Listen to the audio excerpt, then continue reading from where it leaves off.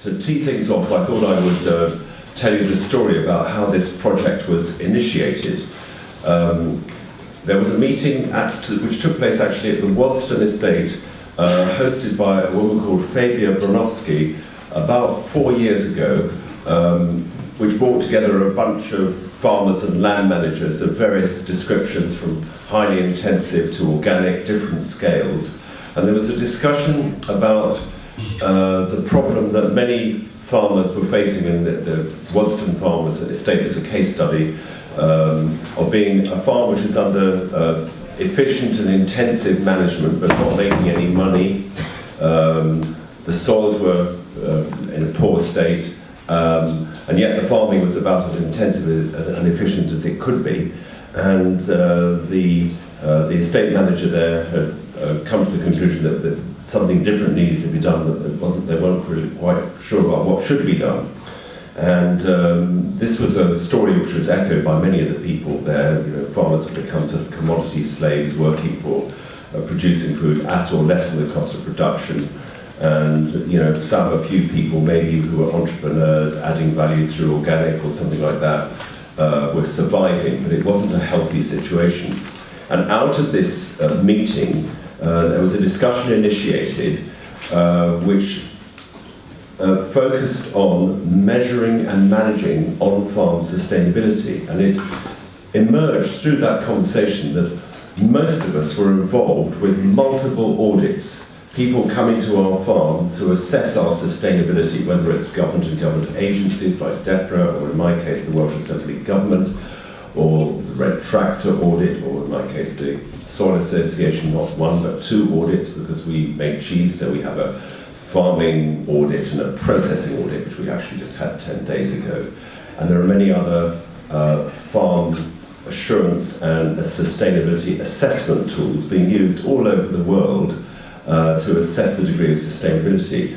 And what emerged was a common sense of frustration that in many cases the same things were being measured multiple times but using different categories of metrics. So there was a lot of overlap in the data collection, causing all the farmers concerned cost, time, frustration, and a feeling of drowning in bureaucracy.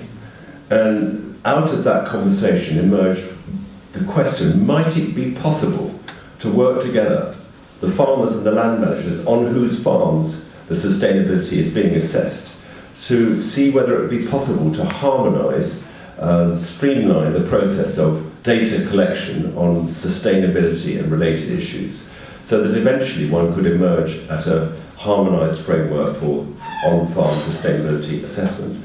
And because we had a sort of sense of empowerment which developed as we went along, we thought, well, we're taking back control. We're the farmers and land managers whose farms are being assessed. Why shouldn't it be us who starts to call the tune about how things should go forward in the future? And then we had the outrageous idea, why couldn't we have an internationally harmonised framework for on-farm sustainability assessment, rather in the same way that we have a harmonised accounting framework. So if we do farm accounts, we have P&L and balance sheet, and you can talk to any business anywhere in the world with your accountant, your auditor, but all are using this common framework for accounting. Why couldn't not we have the same thing for sustainability assessment? Why could not the government use an annual assessment of sustainability to inform them about access for public money for public goods, or any other incentive or disincentive that they felt minded to introduce? And then when we travelled abroad, we could have a common language for discussion about how well we were doing, and it could lead to, for instance, an international or national biodiversity assessment, again using common data.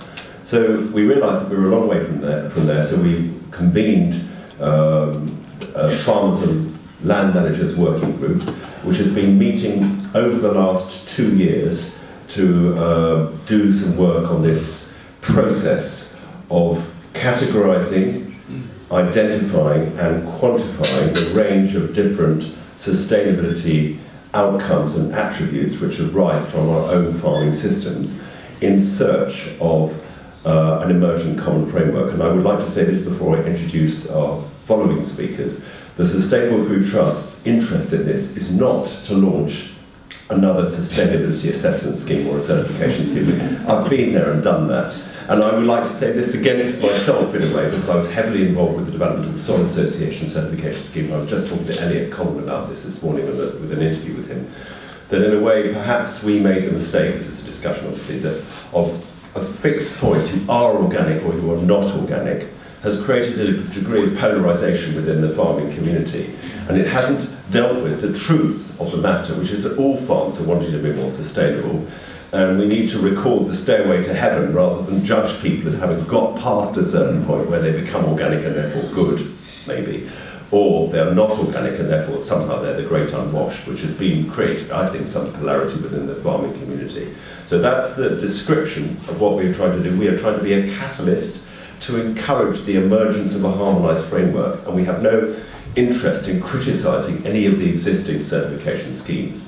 So to describe more about the outcomes and the process of the work we've been doing, I want to hand over to my colleague Adele Jones, who's going to put some flesh on the bones.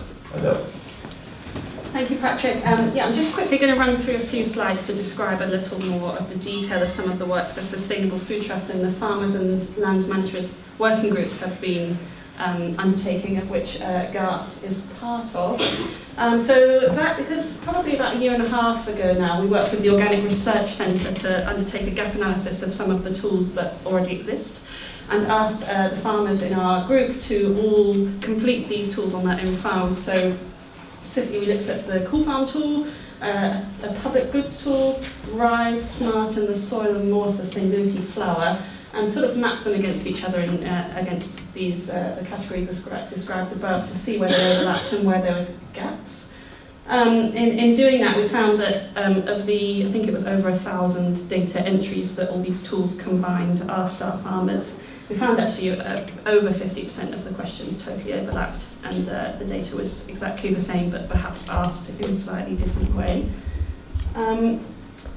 And we then, as Patrick described, sort of thought about which are the best elements of all of these.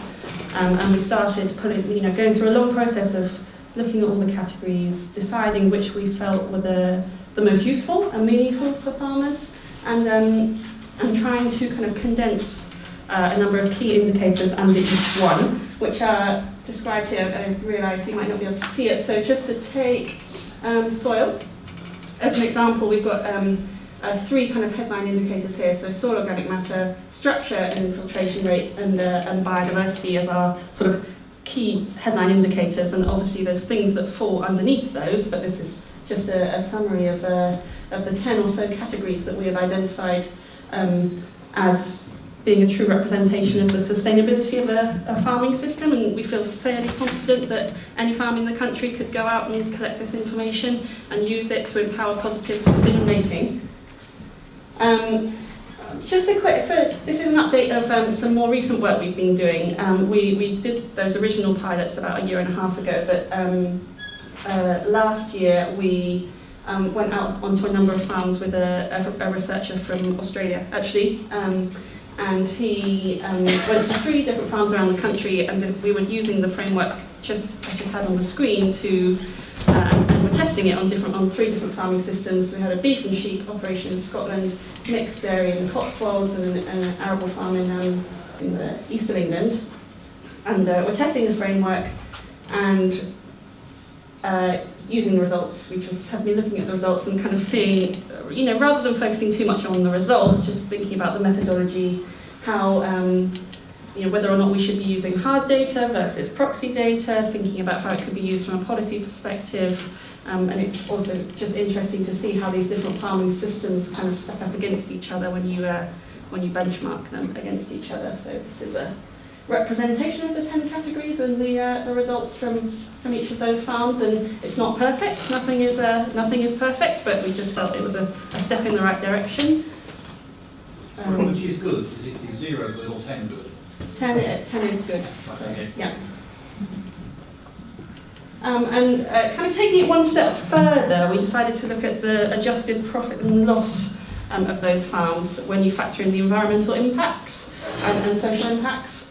We use the social cost of carbon, which is a bit debated actually amongst the scientific community. So this is a bit of a funny graph, because the stripy orange is the kind of, if you think of the error bars, it's the lower end of the error bars, and the filled in orange is the higher end of the error bars. So you can see that although the mixed dairy enterprise could have brought in the most revenue, traditionally profit and loss wise, actually the environmental cost was quite high. So it's just it's interesting to see when you factor in those environmental and social costs, what happens to the balance sheet of those farms. But it is difficult because there is so much debate as to the cost of the kind of social cost of carbon, and therefore that's why there's such kind of variation in the results. And I think this is something we can work on in future to try and bring that down to a slightly more accurate figure. But just to kind of summarise again what Patrick said, we feel that a kind of standardised or harmonised framework of assessment could bring multiple benefits to allow farmers to monitor their progress year on year, for governments to assess and prioritise eligibility and accountability for future farm support payments, and obviously to evaluate the success of those, for food companies to assess the sustainability of their suppliers, and obviously for consumers to understand the relative sustainability of products in the marketplace, which I think there's quite an array of confusion about at the moment. So on that note, I'll pass over to Garth to talk a little more about his experiences as one of the farmers in our working group. Thank you everybody, and especially thank you to these guys for inviting me to talk. I feel a bit of an imposter. I have certainly only come at the last. A lot of the legwork of what these guys have been doing had been done, and I came along 6 months ago with a background in the last 20 years of working on more larger organic estates and going through the conversions. So Waddesdon was certainly going to be a challenge. I'm not averse to challenge, but I had become slightly disillusioned with how our mindset has been going away from things, going away from ploughing, going away from cultivation, we weren't ever really thinking about what we could head towards. And this was my opportunity to be able to say I'd had 11 years in Bristol, and I wanted to see whether we could change the mindset and start looking at what we're going to head towards. I've got a few slides. We don't have long, so I will skip through a few as we do. But I started Waddesdon 6 months ago. Large estate, very, very beautiful estate. I wasn't the estate manager that Edward Parsons was working there at the time, but left the perfect estate for me to be able to start working on. My background is very much farming, and farming for the Rothschilds wanted to become front and centre. So this is a great opportunity for me. For those of you, I'm not going to dwell on this, beautiful estate, lots of, a landed estate as you would expect. They're the facts and the figures of what we're farming. We've got the estate at Waddesdon, we've got land at Peterborough and Treen. We've got tenant farmers, worked a lot with the tenant farmers. They've been very important. They followed their own course while we went as Patrick said, very industrial farming, very intensive. So we do a lot of in-hand farming, and it's been interesting because of the way the estate's been delivered. We've got 652,000 metres of hedgerows. We've got lots of infield trees. We've got 500 acres of woodland. So it builds up a picture of what a beautiful estate Waddesdon really is. One of my first jobs was to really look at what the wider estate, and any of you who have been to Waddesdon, it's got a great manor house. 450,000 people have visited that manor house. This year. We've just closed the gates until March, April. And it was very interesting starting to pull all of the things together before I started looking at the farms. And one of the things that came out, we've got forestry, we've got stud, we've got tenant farms, we've got the gardens. One of the ideas was that we could start to produce our own compost. And what you're going to see in the next few minutes from me is that soil was going to be my big thing. Having spent so long in organics, what I really wanted to do is focus on the soil at Waddesdon. We're well resourced. We've got all the toys in the shed. I was like a boy at Christmas when I arrived in the tractor shed at Waddesdon with big combines and big tractors. But just because we have a 600 horsepower tractor doesn't mean it's right to plough every acre. And they had already gone a long way down. There's a lot of good, there was no fat in there for me to really change. They weren't ploughing. They had big equipment, we were doing lots of cultivation, and they were farming really, really well. And if you do what you've always done, you're only ever going to get what you've always had. And that's one thing I love. I love change. And I've been doing it for a while. 40-something years of my father going through change, lots of different estates going through change. For me to go from organic to conventional was much about change and me disrupting, if you like. With change, you know, not everybody adjusts to change. I've got a great book who all the staff at Waddesdon have had to read, Who Moved My Cheese. It's a great way of just introducing what change is going to be about. And I think everybody in this room and everybody here today, you know, soil, it's binding us together, and the fact that you're here means you're hungry for knowledge. And I'll learn as much from you guys as you will hopefully from us. Man outstanding in his field, you could say. What do you need for change? Well, at Waddesdon, we need a few people. We need a farm manager. We want wanton curiosity and tenacious resolve. Now, we already have a farm manager who's been here 20 years, so for me that's fantastic. Leon Shepherd, great guy, knows these farms inside and out. That is a great resource for me. Tenant farmers that have been there for generations, so we can already talk to them. We've got an estate champion, who's Chris Leach, who actually comes from the forestry team. So he was the first person to start to talk about 200 tonnes of wood. Perhaps we could, you know, take the tops of those trees and start to produce compost and work with the stud for the manure and everything else. So bringing everybody together was absolutely fascinating. They all had their own ideas, and that's what came with the change. I needed a team behind me that were going to be tolerant of a new estate manager. They'd had Edward for 10 years, and I've certainly got that. Sustainable Food Trust, I came in late. A lot of the legwork had been done, but they created this list of things that we could go through, and I've certainly enjoyed the last few months of working with them. As I say, I feel a bit of an imposter. I'm going to look at soil, and we look at the table that we saw earlier. And the other people I'm working with is sector mentor, because I've only got one opportunity to set this base sheet. I need to record as much information as I can, and I don't want to look back in 5 years' time and find out there's something I should have looked at. So Sustainable Food Trust, that's the table you've seen already. Sector mentor, just a great way of recording the information while you're out in the field, literally out in the field. It's user-friendly, great support from the guys, and it starts that metrics of the soil exactly. So we're going round, and we've got great soil. We've even got the odd worm. We want more, and this is the towards. You know, what do we want? We grow a great crop of wheat at the moment. It's very intensive. It's like a lot of large estates. It doesn't create a lot of profit. That's what we're going to change. What do we want to see in the future? How about a route that looks like that? And I believe that's possible. You know, that's what we need to be aiming towards. So these are my towards. Because I've got so many different stakeholders in the business, everybody wants to see things in a different way. So one of the ways I'm going to do it is we're going to do chromatography. You know, when I sit down with Lord Rothschild, he wants to see how we're producing the results. Not always financial, how the soil is benefiting. And that's where we're going to start to use sector mentor with the soil. Soil is so important. I'm just choosing one of those areas that these guys have worked so hard on. Coming from a very organic background, this has actually made this very easy for me with the soil. It's often said there's more living organisms in a teaspoon of soil than there are people on the earth. Once you get your head around that, and we start to think about what we want from the soil and what we're going towards, is getting that life back into the soil. We're going to do all of the normal things. Now, you know, whoever you are, Leaf are already doing a lot of this. This is actually not just the P and K results that we're looking at historically, and phosphate, potassium, P and K. This is getting your fingers dirty, and this is where I find a lot of farmers are at their best. We're going to go and count earthworms, and we're going to go back to the same part of the field next year and count earthworms again. And we're going to start to build that picture up. We can do that with oil, we can do that with soil, air, water, and that's what this metrics is doing. We're going to look at compaction, a very simple machine just to push, and this is what Chris is doing on each field in different parts of the field, measuring our compaction and seeing how we improve it. Infiltration, just looking at how quickly a measured amount of water disappears into the soil. This is something that was just made for us locally. We just put it in the soil, pour in the right amount of water and time it.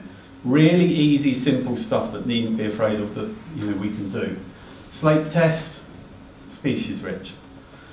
That really is it from me. You can tell I could go on for hours. We don't have very long. If you do have any questions, I'll be more than happy to talk. I asked a question of the Secretary of State yesterday.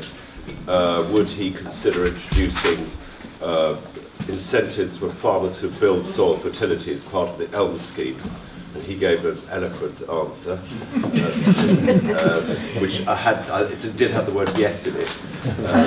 So hopefully we can work on that and apply political pressure of the kind that he recognises needed to get that embedded. But if it was embedded, how would the government assess the impact of different farming practices on soil fertility outcomes? And we, of course, we'll hope this will come up in the discussion. We've had that discussion in our working group.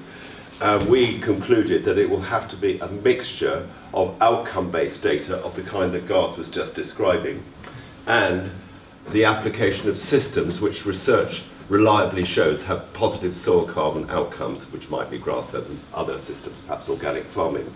So we have to be pragmatic about this, but what we are trying to do is to work with our farmers and land managers working group to move towards a more reliable and comprehensive assessment of soil fertility outcomes, and Garth just described that beautifully. Now, in a sort of segue into Emily Norton, who's head of rural research at Savills, we had a couple of conversations with Savills, who are very interested, because they're managing a lot of land, in dilapidations, as it's called, I think it's called that in the jargon, isn't it? So you have farmers, and then you have a balance sheet assessment at the beginning of the tenancy, and then you look at the impact at the end of the tenancy, and that's a balance sheet thing. But hitherto, soils have not been in the balance sheet, and maybe the result of this work could enable land agents and others to start to value the natural capital, which is part of the impact of the farming system at the beginning of a period and at the end of the period. And that would just be one of the applications that might be useful. So Emily, I hope that's an interesting and relevant introduction. So it's a joy to be here. Thank you very much. I was at the other one yesterday, and there's something slightly odd about calling this the real conference, because they're both obviously real conferences with people in a room finding out about stuff.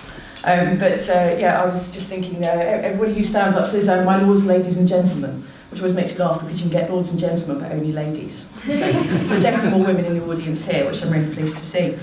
I am, what to say about me? Okay, so I've been working for Savills for the last 7 months. I joined them in July.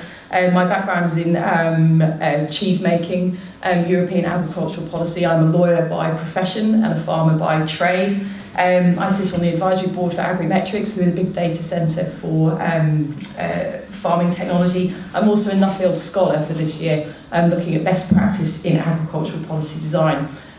So it's a joy to be here talking to you about benchmarking sustainability, because in 2004 I did a Master's in Sustainable Agriculture, which is where I first came across this amazing organisation, LEAF. And I've now inherited the constraints of Savills, who have a reputation and a professional reputation for excellence, and it's a joy to be working with them, and certainly a challenge to maybe start thinking about where some of the things that we do and take for granted might be pushed to in the future for either internal or external reasons. So forgive me, I have no slides of graphs showing state benchmarking, because I'm sure you'd find them fascinating, but if you want them I can share the publication with you. I thought it might just be more interesting to discuss this with you. So Savills estate benchmarking at 1 million acres of land every year is benchmarked. We've been doing this since 1996, and it's the only industry estate benchmark. It covers at the moment what I find to be, it's standard financial performance. Okay, so it's across let residential and commercial property portfolios. If you imagine that lovely map of that estate that we've just looked at, there's a huge number of commercial and residential properties within that, so it's looking at the performance of those. It's looking at the performance of the farmland, both let land and in-hand farmed land. It's looking at the performance of forestry assets, renewable energy assets in the estate portfolio as well. And the point being, it is focusing on the financial performance. And I think as a management tool, that is extremely useful, and it's certainly what trustees will be looking to see. How are we performing against the industry benchmark, and how could we be doing better?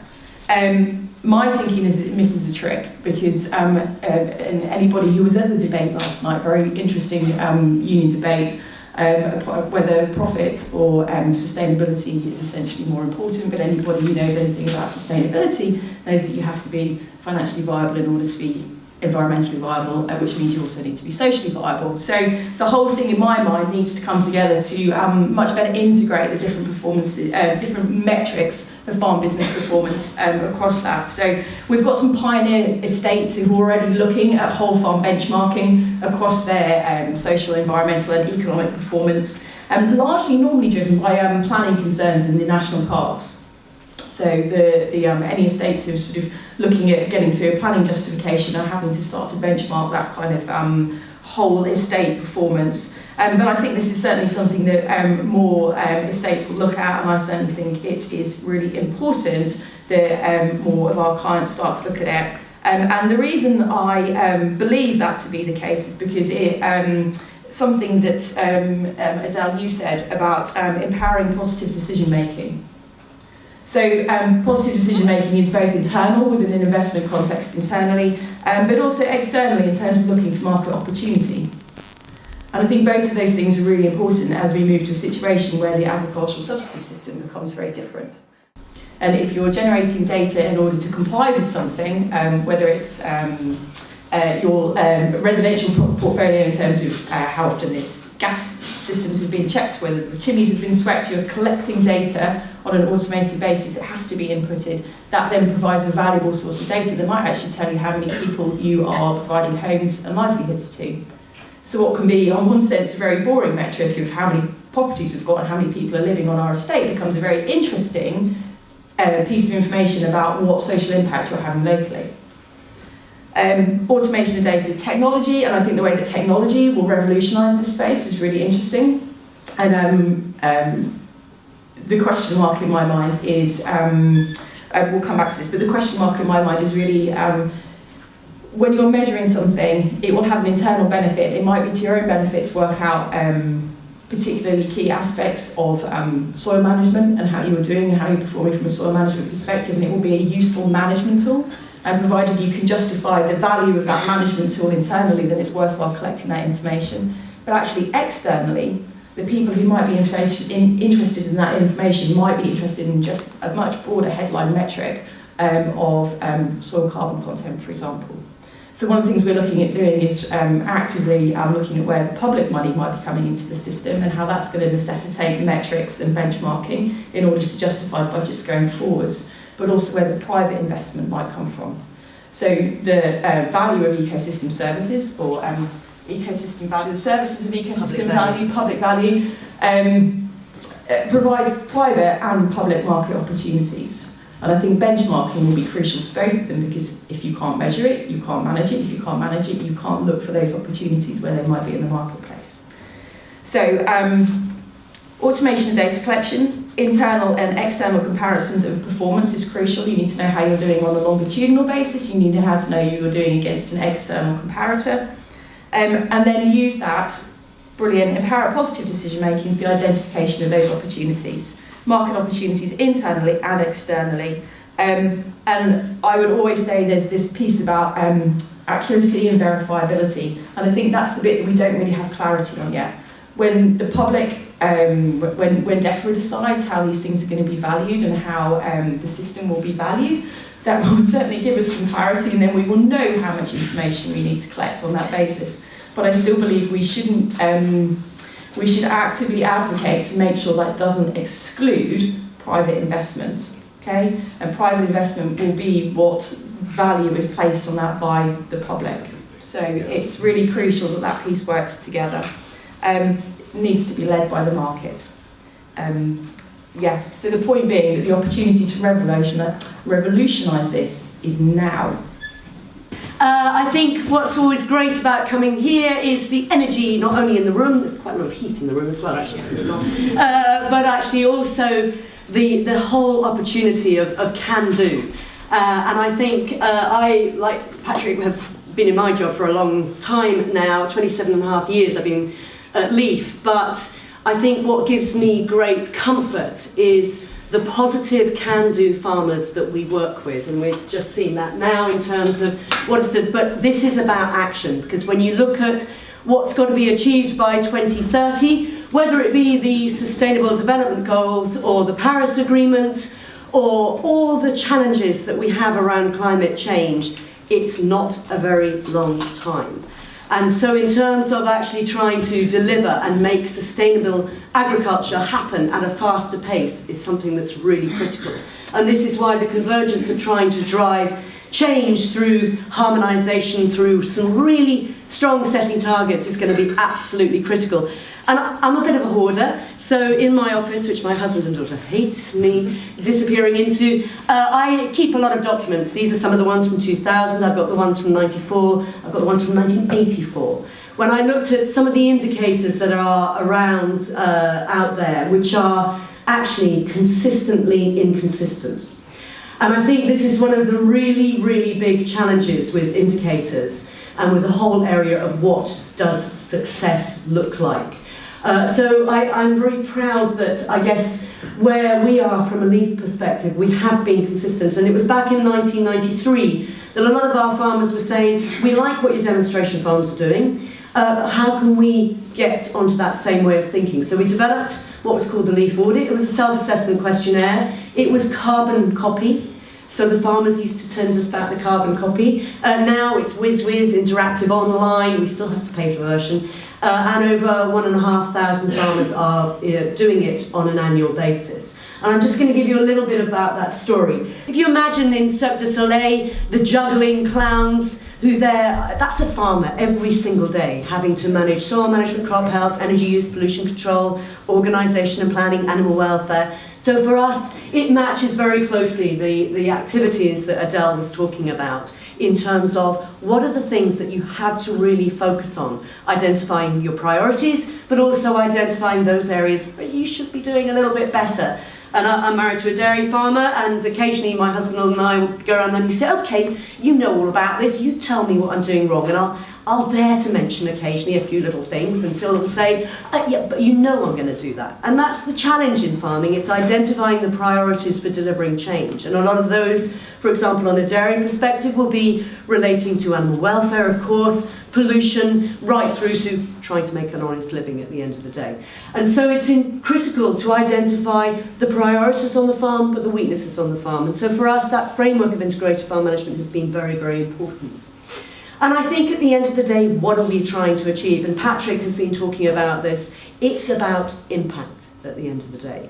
But the steps in order to get there, you have to look at your inputs, you have to look at your activities, you then look through at the outputs and the outcomes and outcomes are really hard to define, although they may think, oh, yeah, no, it's easy. Outputs are quite easy. Outcomes are actually what is the difference that you have made. And the impacts is that ultimate, I have therefore improved my soil health by 3% or by 2% over 10 years or whatever. And in terms of getting results, this is something that's absolutely core. So for us, that has been really important through the delivery of the LEAF Sustainable Farming Review, which is monitoring performance, identifying the strengths and weaknesses, reflecting on the business priorities, right through to setting targets for improvement and benchmarking yourself on a year-on-year basis.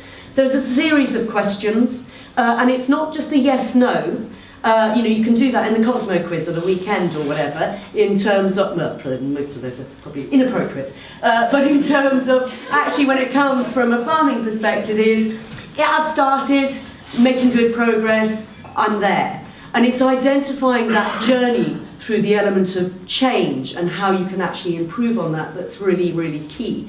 And so, for example, we have within soil, just to sort of really reiterate some of the points that you would, what are the practices that you do look at to measure health of soil? Is it straightforward NPK, pH? Is it your cultivation choice? Is it your rotation? Is it actually looking at visual self-assessment? Is it looking much more earthworm counts, right through to the more precision farming type of focus? And so all of those things, it's actually trying to create a picture for what are the priorities on your farm that you've got to achieve and build on. And in terms of the series of questions, it's the fully achieved, considerable progress, some progress not started and not applicable that are really important in this whole journey. And then from that, we identified some 15 years ago, a lot of our farmers were saying, and a lot of consumers going around our demonstration farms where can we buy food that has been meeting these criteria of sustainable agriculture? So Leaf Mark builds on Red Tractor as a baseline standard, and then for developing the whole key area in terms of the detail, it's very much around looking at the whole area of how do I identify what your strengths are and your weaknesses. So it's independently, externally verified. Red Tractor provides the baseline, and what we look at is key environmental criteria. We have seen impact, and now over 15 years we are capable of measuring impact in terms of improved incomes, improved soil health, right through to a securing market, improved biodiversity. And these are the impacts of change we need to drive further. We have some 1,000 farmers doing Leaf Mark certification. 36% of UK fruit and veg is Leaf Mark certified. But we have a long journey as an industry to drive sustainability right across the board.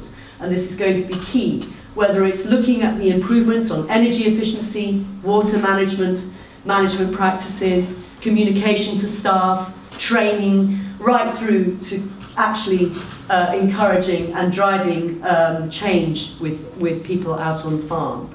And one of the things you may have heard of Open Farm Sunday, 2.2 million people have gone out on to farm on Open Farm Sunday thanks to the wonderful efforts of so many farmers. But in terms of trying to drive through, you know, it's really key that you can see change not only amongst farmers, but actually that feel-good factor amongst consumers as well. But I think what's critical is knowing where it can go wrong, insisting and not getting ownership, doing it for the wrong reasons, trying to create single issue.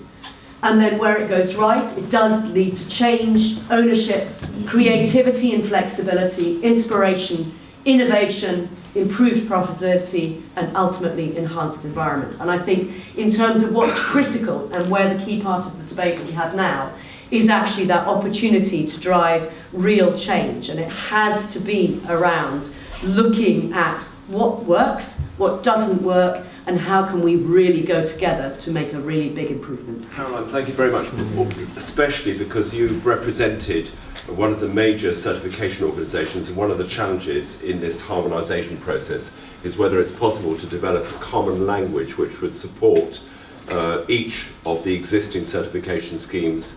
There was a discussion with Michael Gove with Fidelity from PFLA yesterday about the need, you know, for schemes which reward farmers in the marketplace for delivering environmental benefits.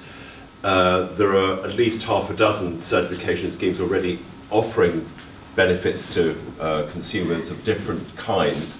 Could this harmonisation process bring some of this together into a common language which would make our messages and our stories more accessible? In order for harmonisation to take place, there has to be a spirit of collaboration with all the existing certification organisations. You, the farming community, the wider farming community, are all stakeholders in this, and harmonisation will only occur if we want it to collectively. So I want to open the discussion to the floor. If you would keep your questions fairly tight and identify yourselves as well. Just one bit of information I'd like to add, which is that we just heard from DEFRA that we applied for our sustainability metrics to be looked at and trialled within DEFRA, and we've got the go-ahead for that. So that's an interesting new development.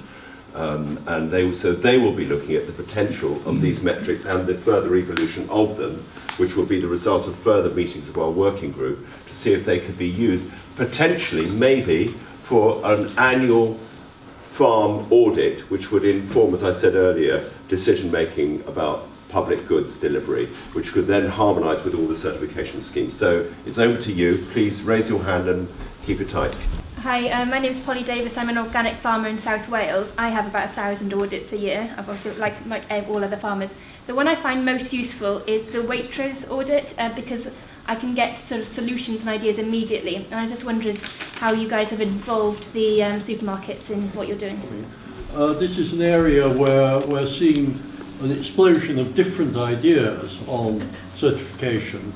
And I wanted to ask what you see as the balance between getting a consensus scheme so that you don't end up having to fill out the same questions in 15 different ways, but also maintaining flexibility so that as we get new insights into what we want to measure, we can do it. So do you see the driver as this panel, as individual organisations, as the government?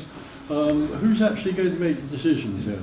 So we work very closely with Waitrose, and all their fresh produce from the UK is Leaf Mark certified, and we work with them on their farm assessment, self-assessment. So I think the supermarkets are very aware of what are principally 6 key farm assurance, independently, externally verified farm assurance schemes. There's a lot of brands. There are a lot of specific requirements relating to particular retailers or particular aspects of certain product lines. And I think often that is confused with actually what is the assessments that individual farmers are doing. And I think this is quite a key point, but certainly it's interesting to see now how the retailers have gone from sort of getting all the information out of the farming industry to then having a big pushback and saying we're in control, to actually now working in that much more collaborative space. And I think where things are now going forward, there are 2 levels, which is actually not only the retailers recognising the Soil Association, Organic Farmers and Growers, Leaf Mark, but in addition to that, for government to start recognising this too. So we have earned recognition with Environment Agency. So if you are Leaf Mark certified, you get a lighter touch because they know your business is a less risky one. And I think this is the opportunity going forward, where there is much more recognition in this sort of space of harmonisation. Okay, is there anybody else? Yeah, I think this really interesting point, and when I said my last point about the time for revolution is now, is because of the complete change in compliance regime that we're going to get if we leave the Common Agricultural Policy. So Dame Glenys Stacey's review of farm inspection and regulation could completely change the way that we are approaching the whole inspection and compliance and regulatory system that farmers are currently subjected to. The ideal situation would be that the sort of the dominant form of compliance then earns you the recognition against all of the others. So this is the time for influencing that process to say that this is the dominant form, these are the common denominators that work across all of these systems. But the second point is about market recognition for what those things mean, and what the in order to have market advantage, in order to recognise the full range of things that farmers will be producing, from foodstuffs, from certified foodstuffs where you're concerned about certain things about welfare, about the farming system, about use of pesticides or whatever it is, whatever those things might be, right through to assurance on completely different stuff about soil, which actually the consumer will find it very hard to connect with, but actually from a farmer's perspective is really important. I think you have to then have differentiation. So I think it will, ideally, things will be covered and we won't have duplication, but I think we need to leave scope for market differentiation. It seems to me that when I come round and my farm is audited, that these people are as interested in protecting their brand as they are in actually auditing my farm and coming up with some kind of rational overview of where my farm is at this time. And so my question is, do you think that given that a lot of money and time has been put into developing these different marks or brands, are those brand owners actually going to be willing to harmonise and stand back from their brand? So you're talking about the certification brands now? Yeah, are the people who own the brands actually willing to harmonise, given the fact that they own something of value? Leaf Mark is a certification scheme. It isn't a brand per se. A brand will be, for example, something like the Tesco farms that were put in, or actually Sainsbury's or Tesco themselves. So I think what's interesting from our perspective, certainly from a Leaf Mark perspective, increasingly we are seeing, and what we would love to see more of, people like Marks and Spencer's, Tesco, Sainsbury's, etc., actually recognising Leaf Mark as a inherent standard and value for their own brand. So in effect, it's a white label. So I think this is where things will go. You know, if we look in 10 years' time from now, the whole farm assurance aspect will be a very different place because of the data, because, as Emily said, the technology, the collection, the verification, the inspection process. It'll be a very, very different place.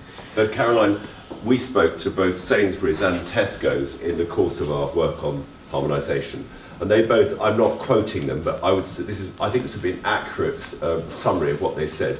We will be forced to develop our own brand, because obviously you're working for Tesco or Sainsbury's, you want them to be the best and most trusted brand. So unless there is a people's, community counter demand for a harmonised system, it won't happen, because it's in the obvious self-interest of existing food companies, and dare I say it, even certification schemes, to maintain their own businesses. So the counterforce has to come from multiple stakeholders within our farming and food community, because otherwise this isn't going to happen. It's clear at the moment that despite the considerable efforts of farmers and landowners in recent years to do work for wildlife, that there's still serious declines in abundance and diversity. I wondered, you mentioned biodiversity as being part of sustainability benchmarking, but I wondered what sort of ecological input you'd have, because in my experience it's an area that gets very overlooked in these type of schemes.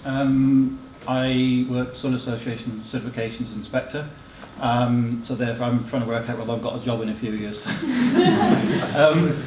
So my question is, most of the schemes we've talked about, whether it be LEAF, whether it be Red Tractor, they're all effectively private schemes.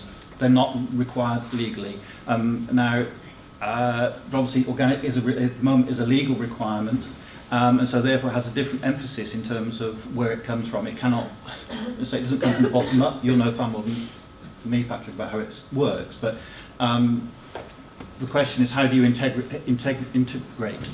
the organic, for example, or maybe other legal requirements such as environmental protection, etc., into what effectively at the moment is a voluntary process you're working on? We divided our working group, divided biodiversity into the biodiversity which coexisted with the farming system throughout the farm and the agricultural biodiversity, and we haven't yet got to the point where we've crystallised proxies which, if you measured 3 things, that would give you a comprehensive picture of biodiversity. But certainly in my mind, we're never going to be able to get accurate biodiversity outcome assessment without collaboration with the environmental NGOs, including your organisations, because that could be part of that. I don't think there's going to need to be an end to inspection and compliance. If anything, it's so I think it will be absolutely fine for that.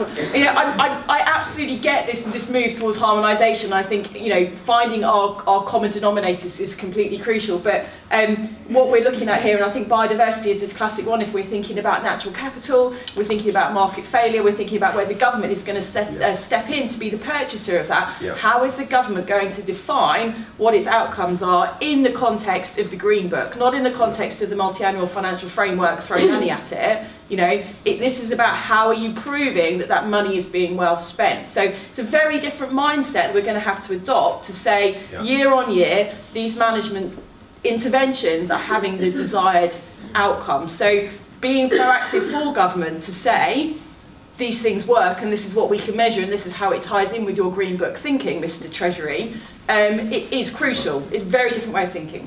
I think the issue of weighting on different categories is really important and actually something that needs to be discussed. And I think it's quite interesting because I think different, whether it's the government or retailers, might have a different opinion about which area they weight most highly. But just some context, so with the spider diagram I showed, we just did 10% for each of the 10 categories.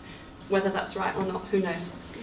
So Patrick, if your goal is to develop the sort of data sets that are going to sit behind all these certification schemes, I wonder if we could get Caroline to talk a little bit about whether that Patrick's goal is going to fit into what you're trying to do.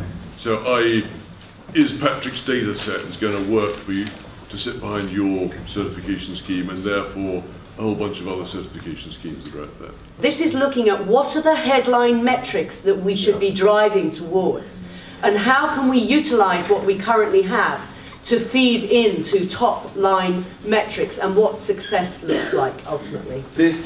The aspiration for this collection of data under the different categories of metrics would include the pesticides and all the issues. And then if you took the Soil Association would have data and be able to arrive at a decision with maybe a few extra questions as to whether I would retain my organic status or not. Emily, who's working with the private sector and something, would be able to take the same data but different bits of it, different weightings, and make her decision. Caroline will be able to do the same thing with Liv. That's the aspiration. Maybe it's an impossible task, but why not reach out for it?